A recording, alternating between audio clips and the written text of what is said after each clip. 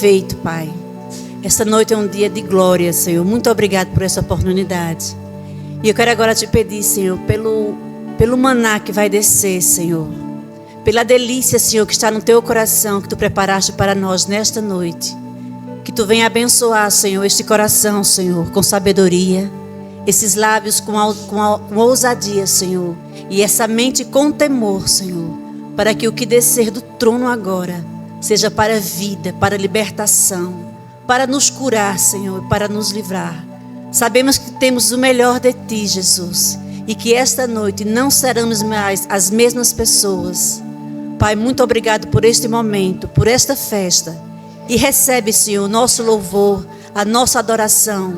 Porque iremos, Pai, receber de coração aberto a Tua palavra santa, que irá transformar as nossas vidas. Muito obrigado, Senhor. Nós te agradecemos. Em nome de Jesus. Amém. Glória a Deus. Amém. Que culto maravilhoso, né, gente? Como é bom ver as famílias.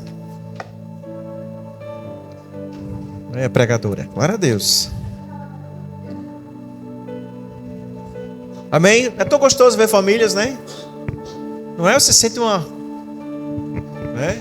Você sente uma áurea boa, né? Uma energia positiva, aquela coisa, uma atmosfera, né? Melhor. Aleluia.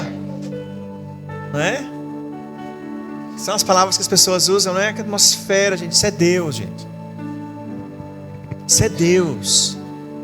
Por que é Deus, pastor? Porque família foi ideia de Deus. Estava lá o homem sozinho. Eita, o homem sozinho é bênção, né? Né? Mas Deus fez algo melhor ainda. Melhor ainda. Ele disse, não é bom que o homem esteja só? Far-lhe-ei uma adjuntora. Sabe, a ideia de Deus não foi fazer uma esposa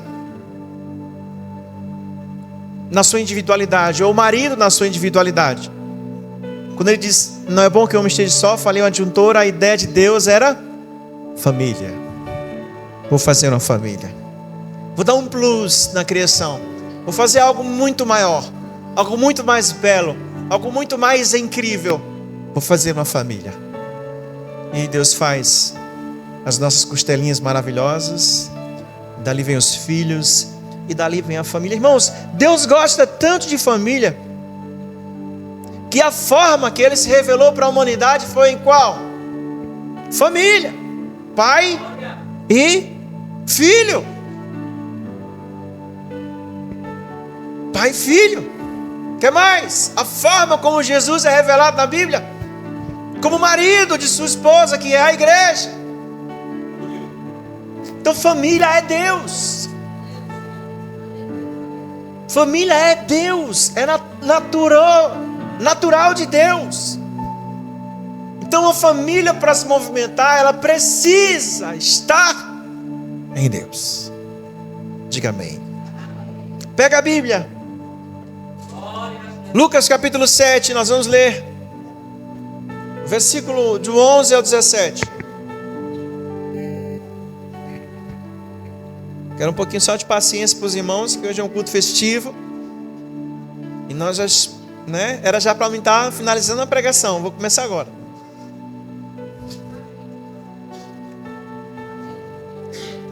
Mas hoje é o dia da família, né? Família, a gente pode terminar o culto 10 horas da noite. Não é? Hoje é o dia da... Ninguém deixou o menino em casa, né? Não é? Lucas, Evangelho de Lucas capítulo 7.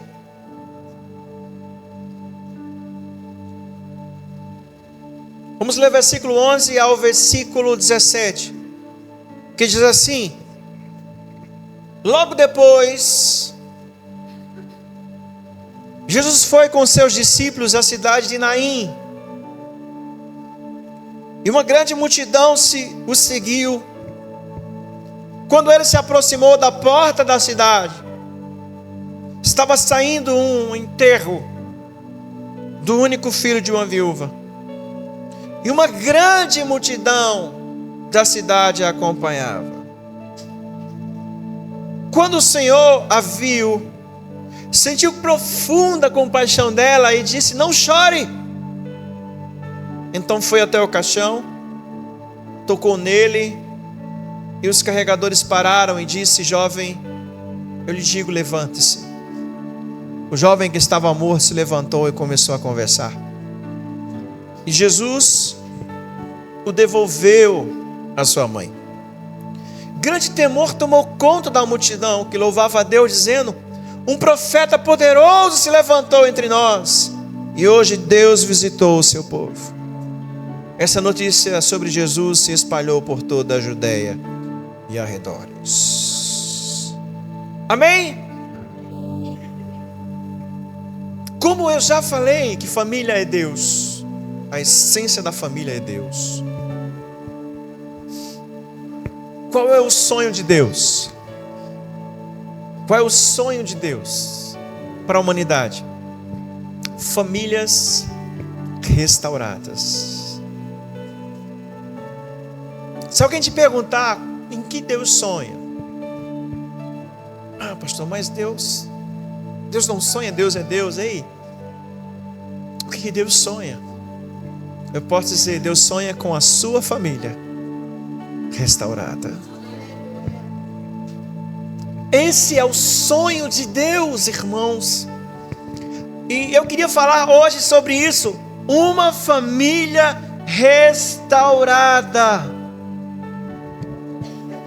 Diga glória a Deus. Glória a Deus. Irmãos, quando passeamos na leitura que antecede esse milagre incrível, nós entendemos que foi um único movimento de Jesus, da chamada dos seus discípulos, que termina na cidade de Naim. E durante esse trajeto que ele faz, ele ensina algumas coisas que eu entendo no meu espírito, que são conhecimentos que você precisa ter para ter uma família restaurada. Nós lemos lá a partir do versículo 20 que ele ensina coisas espirituais, como ter fome de Deus, como não se apegar a elogios, como sentir sede pela presença de Deus. Para que você tenha uma família restaurada, você precisa entender de coisas espirituais. Olhe para o seu companheiro aí, companheira, irmão em Cristo, diga: você precisa entender de coisas espirituais, porque você é espiritual. Você é um ser espiritual, pensante, emotivo, mas também espiritualmente relacionável. Todo homem é, toda mulher é, e por mais que você negue em algum momento da sua vida, você vai ter que reconhecer que existe algo além de você, que você precisa se familiarizar com esse algo. Para que você tenha uma família restaurada, você precisa aprender a lidar com o mundo espiritual. Sabe o que Jesus ensina no decorrer dos caminhos? Ele começa a ensinar sobre amar os inimigos. Ele começa a ensinar sobre humildade. Para que você tenha uma família restaurada, você precisa aprender a perdoar. Você precisa aprender a andar em humildade. E ele continua o seu ensino. Estou resumindo por causa do tempo. Mais adiante ele ensina a não julgar os outros. Ele ensina a perdoar. Ele ensina a dar. Mas na frente, do versículo 40 em diante, ele ensina sobre árvores, sobre frutos, sobre pessoas que tiram coisas boas do seu bom tesouro no coração, e pessoas más que tiram coisas dos seus más tesouros no seu coração. Mas na frente ele ensina sobre construir verdadeiros alicerces sobre o Senhor. Quem está comigo, diga amém. Amém. E ele vai ensinando sobre alicerçar a sua vida na verdade que é Cristo. E por último, ele não ensina, ele faz um aprendizado prático, que é a passagem quando um oficial romano chega e diz: ei, mestre, o meu servo está enfermo a quase morte. O meu servo está enfermo. E aí ele diz aos judeus: olha, fala com Jesus, porque o meu servo está doente. E os judeus, gente, pasmem, se comovem por um centurião romano, se comovem por um oficial romano. E isso não era algo muito comum, já porque eles eram romanos e não podiam se relacionar com o povo judeu. E os judeus é que vão atrás de Jesus e dizem: ó, cura o servo dele, porque ele é muito bom para nós, porque ele nos abençoa, porque ele vai construir uma igreja para nós. Fala com ele, e Jesus vai até o encontro dele. E aí ele diz: ei, Jesus, não precisa que tu venhas à minha casa.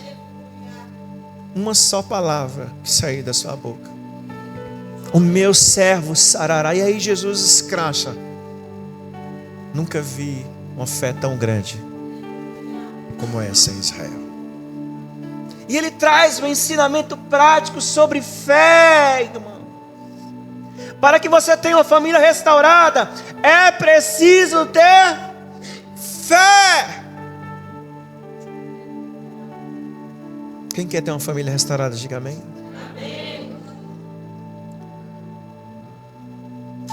Para isso você precisa, não estou jogando palavras ao vento, isso é sério. Para isso você precisa ter conhecimento de algumas coisas. Eu vou repetir: conhecimento das coisas espirituais, aprender a amar aos que te perseguem, aprender a não julgar, aprender a perdoar, aprender a dar, aprender a ciência das árvores e frutos que moldam os corações, aprender que devemos construir a nossa família sobre o alicerce da obediência ao Senhor e praticar a fé acima de tudo. Diga amém.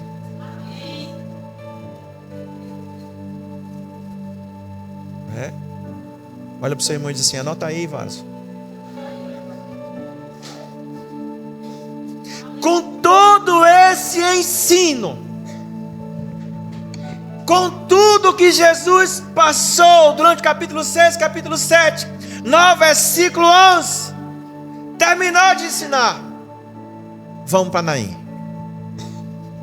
E aí a Bíblia diz que uma grande multidão de discípulos, de gente eufórica, feliz da vida, com tanto milagre, com tanto entendimento, com tanta manifestação de Deus. E quando eles vão até Naim, na porta, uma grande multidão seguindo Jesus, eufóricos, celebrando.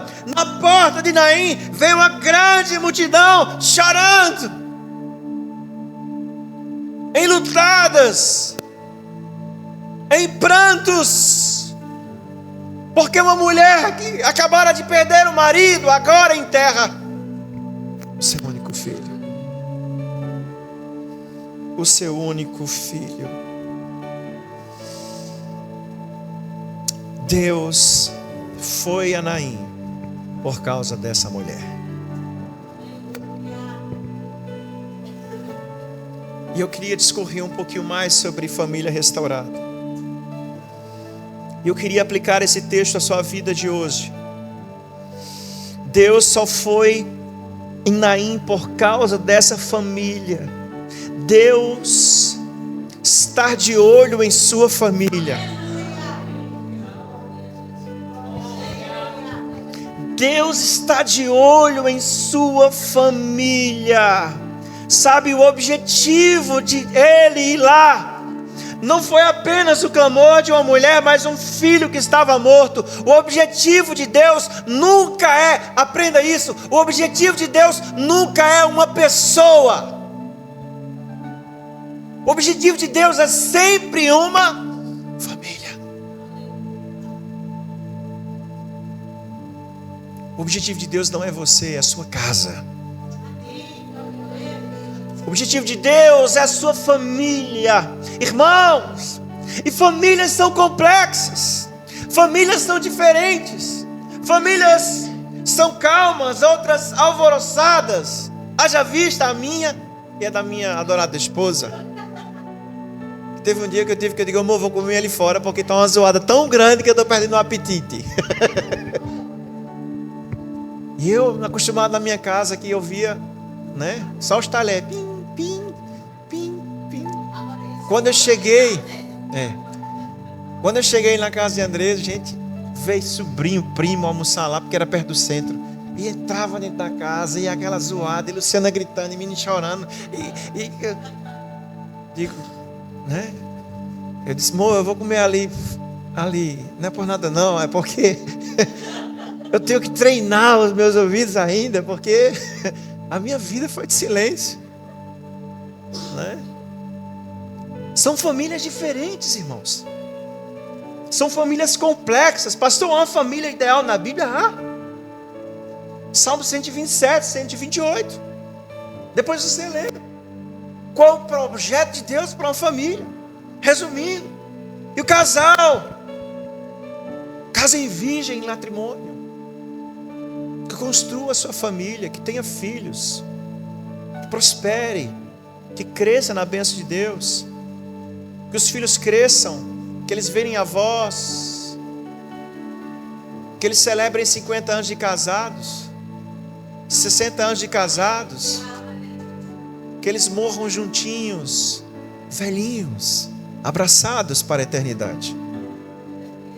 Esse é o propósito primordial da família. Mas só que na realidade não é bem assim.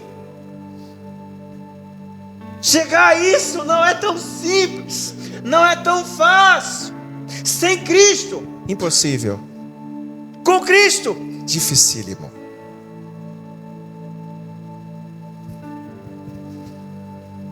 E as famílias, elas acontecem, sabe? Eu acho que de forma automática, às vezes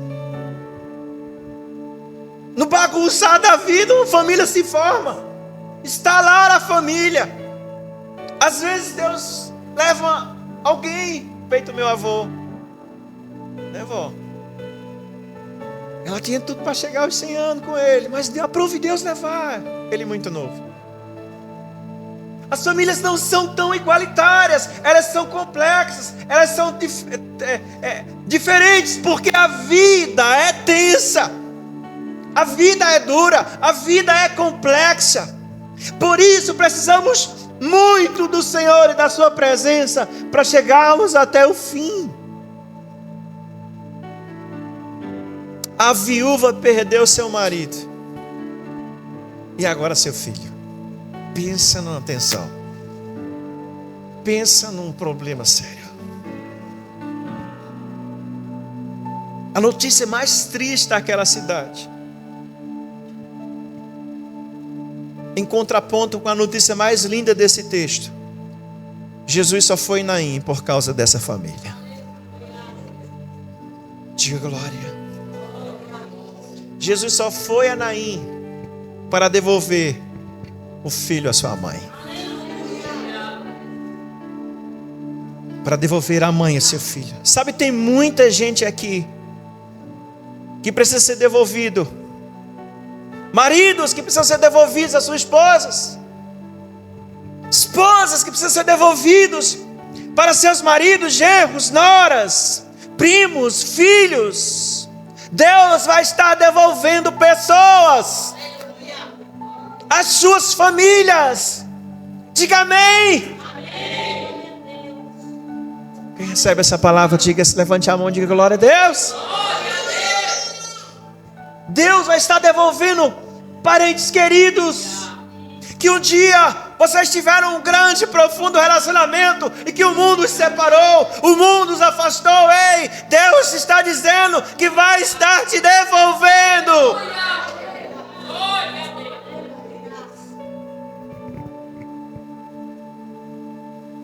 Jesus só foi lá para devolver aquele filho à sua mãe, irmãos. Uma outra verdade que eu tiro desse texto: chore pela sua família.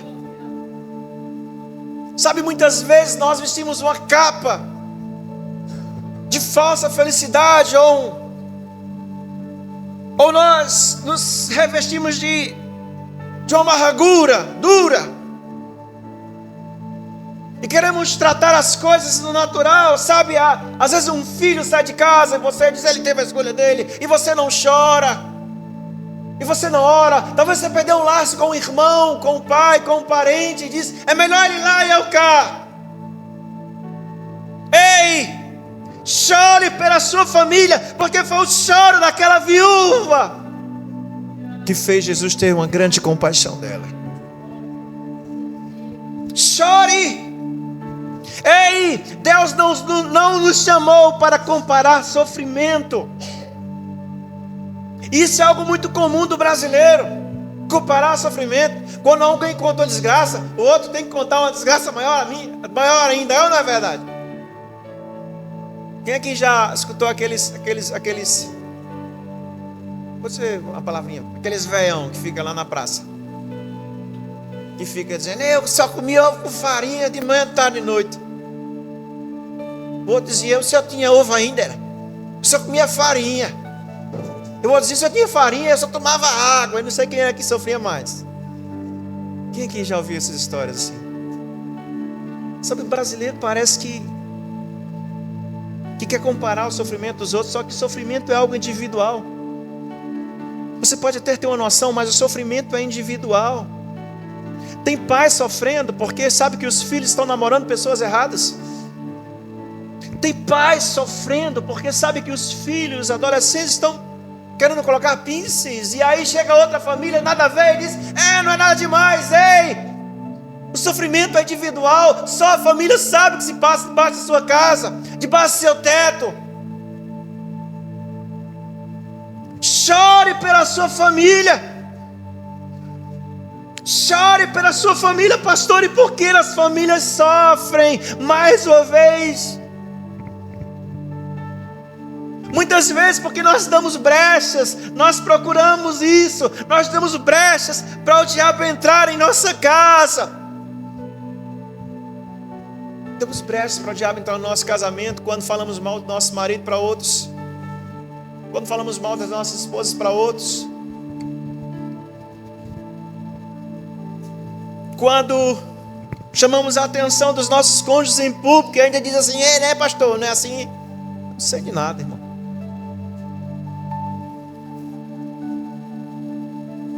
O porquê, irmãos, de tanta guerra entre as famílias, o porquê de um pai violentar uma filha, o porquê um filho matar os pais, o porquê da gente hora outra mente para os nossos familiares difama, trai, acusa, porquê a gente sofre. A Bíblia descreve isso em Gênesis capítulo 3, quando o homem cai em pecado, a raça humana também cai, as famílias agora estão corrompidas.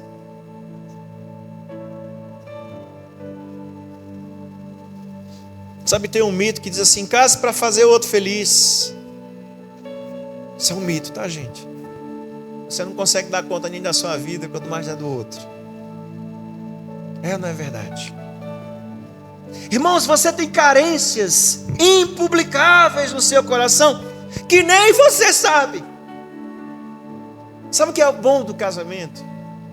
A coisa gostosa do casamento é que a gente vai convivendo, desde que Jesus esteja no meio, e o próprio Espírito Santo vai mostrando as carências internas. Quantas vezes eu e minha esposa nos pegamos e aí ficamos auto-refletindo um no outro, e diz, você tem uma carência nessa área, e ela diz, você também tem nessa área, e nós vamos nos conhecendo e vamos amadurecendo. Isso é casamento. Case para fazer o outro feliz, irmãos. A sua natureza corrompida não permite, porque um homem caiu, a natureza caiu, mas eu tenho uma boa notícia para você. Se por um homem veio a morte o pecado, por um homem veio o pecado a morte a todos, por um homem veio a obediência que deu vida e vida a todos, Jesus Cristo, que morreu e ressuscitou para que nós agora tivéssemos o controle da nossa natureza corrompida. E pudesse dizer, carne, fica no teu lugar. Marido, fica na tua posição de marido. Esposa, fica na tua posição de esposa, filhos na tua posição de filhos, porque essa carne, essa família é regida pelo Espírito de Deus. Diga amém. Cristo é a restauração de todas as coisas, 1 Coríntios 15. Toda família, irmãos, precisa da vontade de Deus. Olhe para o seu irmão e diga assim: você precisa da bondade de Deus. Imagina aquela viúva, não tinha reação, ela não conseguia orar, ela não conseguia fazer nada, irmãos, que situação terrível era aquela. Mas o Senhor teve misericórdia dela e parou toda a sua movimentação só para visitar a sua família. O que eu quero dizer com isso? A bênção na sua casa, parte de você, parte. Mas em essência, em totalidade, depende exclusivamente de Deus. O que você quer ensinar com isso, pastor? É que quando você estiver tão aflito que não conseguir orar, é quando você estiver tão perturbado, que quando vai orar, canta o hino do esporte no meio. Ou pior, o do Corinthians. Deus abençoe esse lugar, salve o Corinthians. Há momentos assim, que sua mente não consegue orar, que seu coração não consegue louvar, que as forças se esvaem, que você não consegue ser mulher, não consegue ser marido, não consegue ser pai, não consegue ser mãe. É nesse momento que você vai ser visitado com toda a bondade de Deus. Porque o Senhor é teu pastor. Quando os inimigos te meterem medo, Ele vai estar contigo. Quando você estiver num vale assombroso, Ele vai estar contigo. Quando você não der conta de ser pai, quando você não der conta de ser mãe, Ele vai estar contigo. Ele vai estar contigo.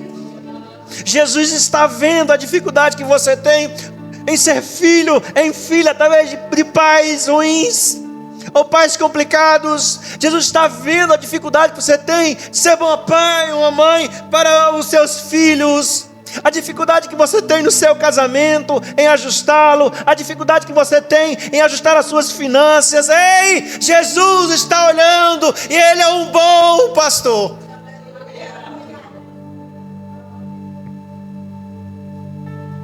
Se Ele foi até Naim, Ele pode dar uma voltinha em sua casa. Diga amém. Uma outra verdade: toda família precisa experimentar o milagre de Deus. Você vai ter que passar por um momento que são um milagre de Deus. Não tem para onde fugir. Se está vivo, sofre. Porque o mundo se jaz do maligno, porque o mundo deu lugar ao pecado. Você vai ter que experimentar um milagre, irmãos. E por que Deus deixa isso, irmãos? Porque Deus é um Deus geracional. É assim que Ele se apresentou no Velho Testamento, como o Deus de Abraão, de Isaac e de... Porque Ele é um Deus de avós, de pais. Sabe, e Deus é muito claro quando Ele escolhe Abraão. Ele diz: eu quero que os seus filhos conheçam o seu Deus. Sabe, Deus não diz assim: eu quero que seus filhos me conheçam. Veja que interessante. Eu quero que os seus filhos conheçam o seu Deus. E por que isso, pastor? Porque quando eles entrarem em situações difíceis, quando não souberem a que clamar, eles vão gritar: Deus de meu pai, Deus de minha mãe, Deus de meus avós, me socorra. Você precisa de milagres de provisão para que você pegue os seus filhos, sentem ele e digam, carimbando o nome de Deus, que foi a provisão daquele milagre. Diga amém. Eu tenho Deus de vovó, graças a Deus, eu sou da terceira geração.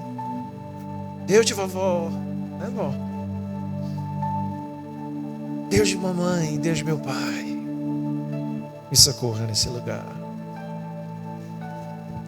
Deus dos meus pais.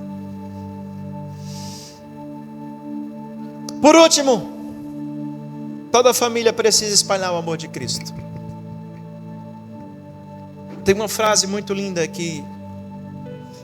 Eu não me lembro o autor, tentei pesquisar, não achei, que diz: não há maior mensagem evangelística do que uma família restaurada por Cristo. Não há. Não há maior mensagem evangelística do que uma família restaurada por Cristo. Aquela mãe pensou que sua família estava acabada, que nunca mais veria o seu filho, e de repente Jesus chega. Ele diz: mulher, não chora. Mas não do jeito pejorativo. Ele diz: ei, não chora, porque a solução para a tua família chegou. Quando Jesus chega, irmãos, a esperança volta a brotar, o amor retorna, o perdão chega, tudo que estava morto, ressuscitado é.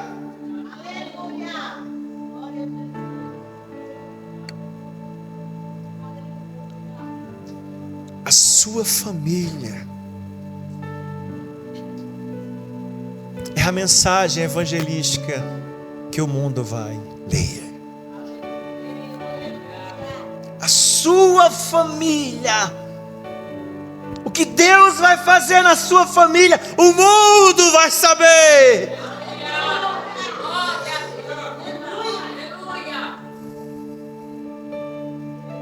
Porque o sonho de Deus é uma família restaurada. Imagina a cena agora. Jesus toca no caixão, levanta o menino. Ele acorda, ele é falador. A primeira coisa que ele faz é bater um papo com o dono da vida. Ele levanta daquele caixão, despega ele e diz: ali está sua mãe. E aquela família é restaurada. E a Bíblia diz que essa notícia se espalha por toda a Judeia e por todos os seus arredores. Jesus muda tudo. E eu quero terminar com o versículo, Malaquias capítulo 4, versículo 6, a parte A. Que os pais converterão o coração dos filhos, e os filhos converterão o coração dos pais. Então fica de pé em nome de Jesus. Quero que você abrace em família aí. Quem está em família, quem não está em família, pega outro irmão que está sozinho e abraça ele também.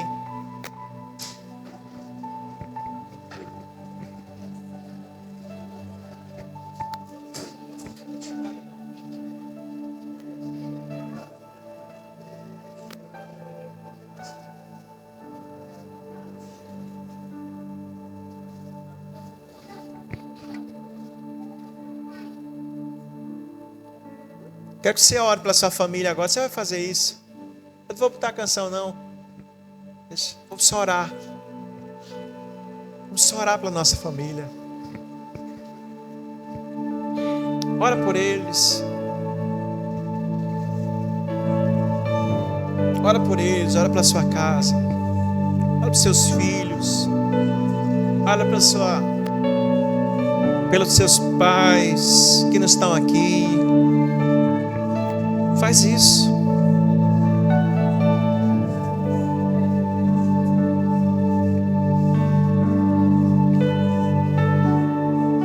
Pai, em nome de Jesus, Senhor.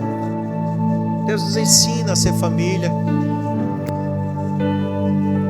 Nos ensina, Senhor, a saber lidar com situações.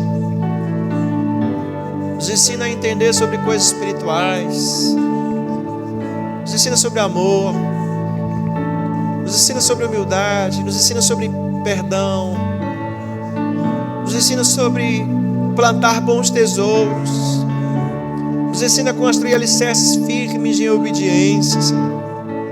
Nos ensina a praticar a fé, Senhor. Porque o alvo do Senhor é a nossa família. Porque viver é difícil. Porque viver é tenso. Deus nos ensina a chorar pela nossa família, até chamar a tua atenção. Nos ensina, Senhor Deus, a entender que precisamos da tua bondade, precisamos da tua misericórdia, precisamos que o Senhor nos pastoreie, que o Senhor esteja conosco, nos olhando na dificuldade. Nos ensina a experimentar milagres e carimbá-los, Senhor, no coração dos nossos filhos, dos nossos netos. Nos ensina, Senhor, a alcançar um ambiente de restauração para que o mundo veja o Senhor a partir da nossa família, para que o mundo conheça Cristo a partir da nossa casa, para que o mundo conheça Jesus a partir de nós e nossos filhos. Pai, nós oramos para as famílias que aqui estão, Senhor. Restaure-os, Senhor. Tem os filhos que estão afastados, Senhor, deles de volta. Os pais que estão afastados, deles de volta. Os tios que estão afastados, os primos, Senhor, meus amados primos, Senhor, que tanto lembrei deles essa semana, Senhor. Me dê eles de volta. Me dê eles de volta, Senhor. Que os laços que antigamente haviam entre irmãos e irmãs sejam restaurados. Entre primos, primas, sobrinhos, netos, genros, noras, sejam restaurados, Senhor. Em nome de Jesus. Em nome de Jesus. Aplauda ao Senhor Jesus.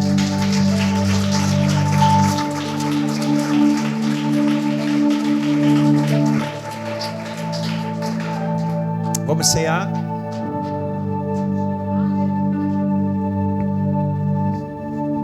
Pode sentar, pode ficar sentado.